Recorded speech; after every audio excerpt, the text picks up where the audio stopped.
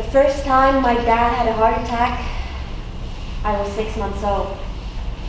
He was rushed to the hospital to get a triple bypass, and I was dropped off at my grandparents' house. My earliest memory is of Kraft mac and cheese in a green Tupperware container being taken to my aunts and uncle's house. My dad had been having these chest pains, and my mom had just made me lunch. I refused to leave unless the container came with us. In 4th grade, my dad retired at 62 from teaching at an alternative school. He wasn't scared of those kids, even though some are on bed row now. His doctor told him he had to retire, or otherwise he would have another heart attack. So he became a stay-at-home dad, picking me up from school and taking me on trips. To me, it was great. The second time my dad had a heart attack, I was in middle school, 5th grade to be exact. It was Easter. My dad drove himself to the hospital on the way to Mass that day. Just a quick stop. He thought it was nothing. I slept in the ER. Easter dress played around me with my sister, waiting for any news. My mom was freaking out in the next room. After Mass, the rest of the family filtered in and joined us in the waiting room. Aunts and uncles and cousins, all waiting and watching whatever they had on TV.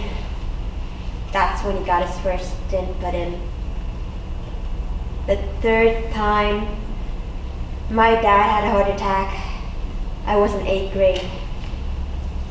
My sister drove him to the hospital on the way to Mass.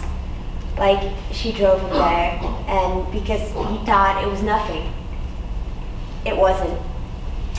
The doctor made it seem that no matter what would happen next, my dad would die soon.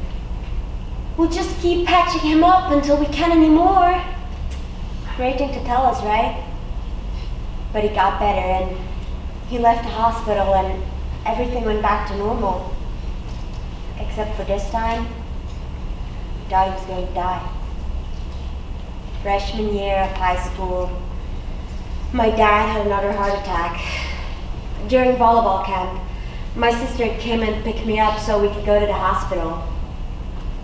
I was used to it by now. I learned how to organize my life around my dad being in the hospital. He got another stint from a new doctor. We liked him, and he explained exactly how he was going to fix Dad's heart.